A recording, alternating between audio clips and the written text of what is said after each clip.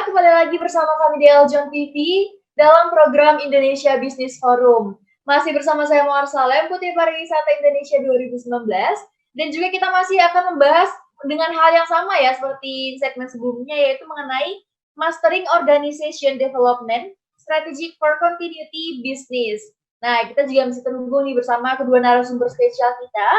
Ada Bapak Benny Cuaca, selaku Direktur Eljon Academy Divisi Productivity and Performance Mentoring, dan juga ada Ibu Diah Darmayati, yang merupakan salah satu Associate Master Mentor Eljon Academy Divisi Productivity and Performance Mentoring. Halo Ibu Diah dan juga Pak Benny. Halo. Selamat siang. Iya, baik.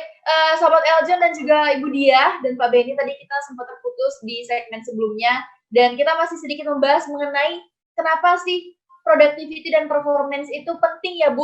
Ibu Dia mungkin bisa melanjutkan tadi percakapan kita yang sempat terputus, Bu, boleh? Iya, jadi saya lanjutkan dengan penutupnya saja. Jadi bagaimana productivity dan kinerja itu mampu menghidupi perusahaan, begitu ya.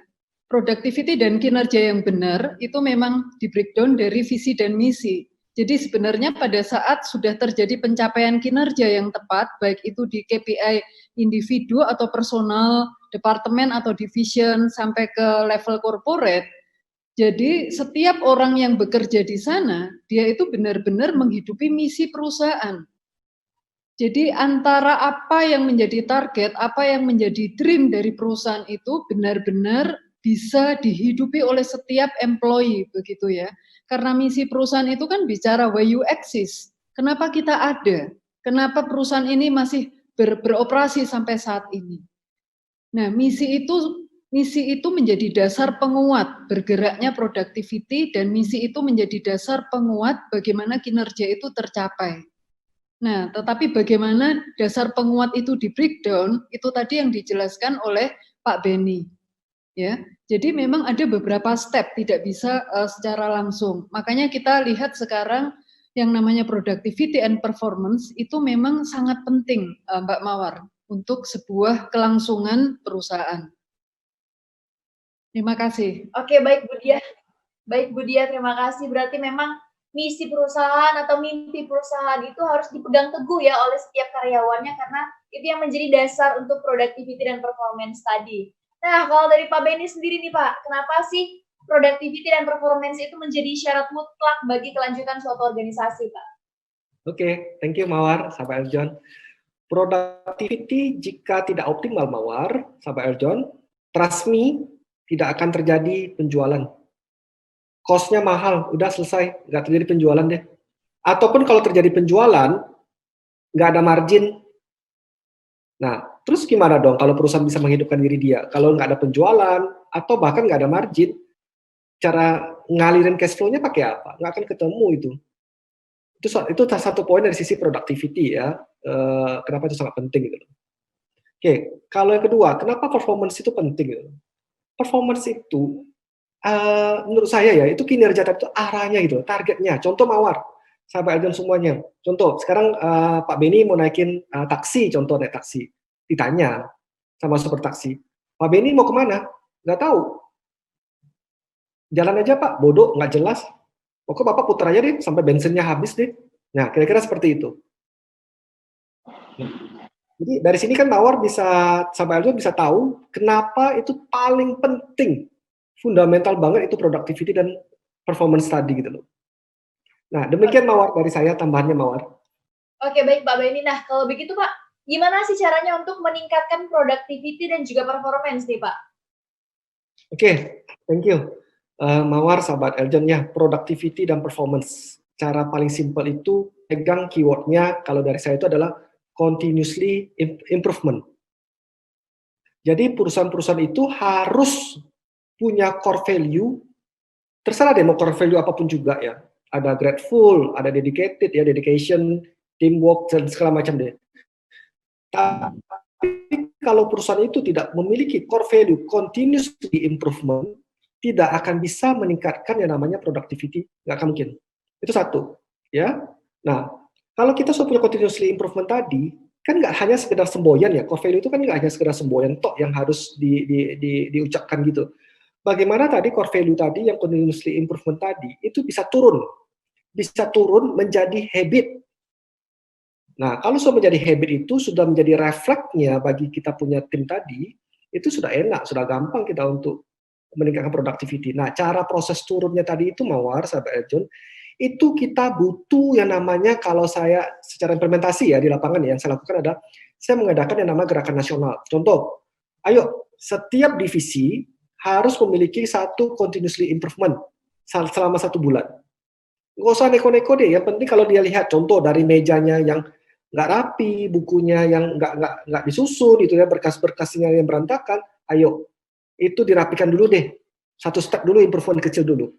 Nah, sampai nanti itu saya akan adakan pertandingan Mawar, sahabat Eljon. Jadi diadakan lomba, divisi mana yang kira-kira continuously improvement-nya bisa memberikan business impact bagi pertumbuhan perusahaan tadi.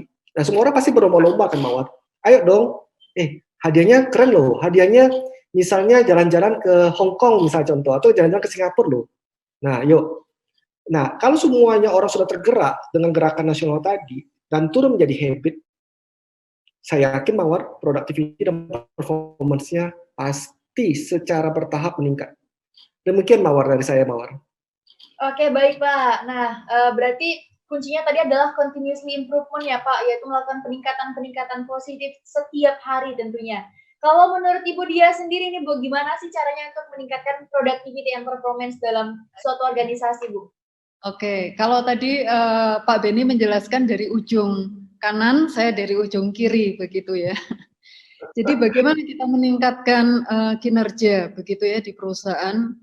Buat saya yang pertama adalah akarnya, gitu ya. Jadi saya akan membuat bagaimana setiap employee atau member di perusahaan itu memiliki growth mindset. Jadi kalau kita sering mendengar ada static mindset, ada growth mindset, begitu ya. Saya setuju sekali tadi dengan filosofi atau idenya Pak Beni, continuous improvement. Itu kan sebenarnya kita kalau saat ini, tahun ini kita ada di level 5, berarti tahun depan kita harus ada di level 6. Berarti 2 tahun ke depan kita harus di level 7 atau 8. Nah, ternyata apa yang membuat orang itu dia stuck di tengah, apa yang membuat orang itu tidak mau meningkatkan diri lagi, mungkin karena memang dia sudah puas, mereka masuk di dalam zona nyaman perusahaan ini ya, atau mungkin memang perusahaan ini sudah ada di level market leader, sehingga mereka merasa saya nggak ada lagi kompetitor, jadi mereka lengah. Nah, maka kinerja ini kan nggak boleh berhenti di satu titik ya. Yang katakanlah perusahaan ini sudah menjadi market leader, dia tetap harus mampu meningkatkan kinerjanya. Nah, bagaimana caranya? Kalau saya memilih berangkat dari bagaimana membrainwash para leader, ya, para leader top management sampai seluruh member dari perusahaan itu. Jadi membrainwash itu dengan seperti apa? Ya, kita memberikan knowledge ya, bagaimana mereka memiliki growth mindset. Karena kalau orang pandai, orang dengan intelektual tinggi, orang punya strategi yang bagus, ya, itu banyak. Tetapi bagaimana dia mau menerima kegagalan, apalagi misalnya saat krisis karena pandemi seperti ini ya, banyak sekali perusahaan kena dampak ya. Mereka yang tadinya happy-happy tiba-tiba harus mem-PHK beberapa karyawannya. Itu kan hal yang tidak menyenangkan. Nah, menghadapi berbagai macam problem seperti ini, tapi kinerja dituntut harus tetap kita tingkatkan. Kuncinya adalah pada saat memang dia sudah mampu, aware, dan dia aware dengan apa yang terjadi saat ini, dan dia menerima itu, dan dia tetap mau memperbaiki kegagalan dan tetap meningkatkan kinerjanya. Nah, itu berangkat dari growth mindset tadi ya. Orang yang mau memaksimalkan potensi, mau menerima kegagalan, mau berubah berubah untuk maju. Nah, dari mindset yang sudah benar, maka kemudian segala strategi, breakdown dari visi misi dan sebagainya, nah itu akan bisa berjalan lebih smooth ya, menurut saya seperti itu. Oke, baik Bu Dia, baik Bu Dia, terima kasih. Nah, sahabat Eljon ini luar biasa sekali nih. Jadi ada cara dari Pak Beni untuk meningkatkan productivity dan performance, dan juga ada cara dari Ibu Dia. Tadi dari Ibu Dia adalah yang pertama itu adalah growth mindset ya, yaitu harus membrainwash nih para karyawan-karyawannya, terus kemudian dari Pak Benny sendiri, yaitu ada yang tadi namanya continuously improvement, di mana kita melakukan perubahan-perubahan setiap harinya. Nah nih Pak, mengenai continuously improvement nih, ini kan perubahan-perubahan positif itu kan pastinya nggak gampang ya Pak untuk dilakukan. Apa aja sih Pak tantangan-tantangan yang dihadapi dalam melakukan transformasi habit positif nih Pak? Oke, thank you Mawar, sampai Aljon. Nah, bagaimana sih bisa menggerakkan orang untuk mau gitu ya, untuk mau. Saya sepakat banget dengan tadi statementnya dari Bu Dia ya, growth mindset tadi itu benar banget Bu Dia. Yang kedua adalah bagaimana kita lakukan continuously improvement-nya. Tapi kan tantangannya kan nggak sesederhana yang kita sharing ya. Di lapangan itu seperti apa itu ya. Nah, kalau boleh saya kasih tips ya, orang itu harus disadarkan dulu, kenapa saya harus bertumbuh, kenapa saya harus berubah, benefit apa yang akan saya dapetin gitu loh. Nah, terkadang di perusahaan itu sering memakai sistemnya itu adalah punishment management gitu loh. Nah, kalau saya lebih cenderung itu adalah pakai reward management itu. Bagaimana? Jadi goalnya itu menggerakkan emosional orang tadi itu loh, Mawar, Sabar John. Kalau gue sudah seperti ini, kenapa gue mesti berubah? Apa untungnya bagi gue? Gue dapetin apa sih? Kira-kira seperti itu ya Mawar ya. Nah, tapi kalau kita so tahu dia punya goalnya mau kemana, itu yang kita pegang, dia pasti bergerak deh Mawar. Oke, baik Pak Benny. Berarti tadi bicara pertama, ada yang namanya kita harus menyadarkan dulu nih ya Pak, orang-orangnya harus disadarkan dulu kenapa kita harus berubah. Nah, setelah ini akan ada lagi cara-cara berikutnya tentunya dari Pak Benny dan juga dari Ibu Dia, tapi kita akan bahas di segmen selanjutnya. Jadi sahabat Eljon semuanya jangan kemana-mana, tetap di Indonesia Business Forum.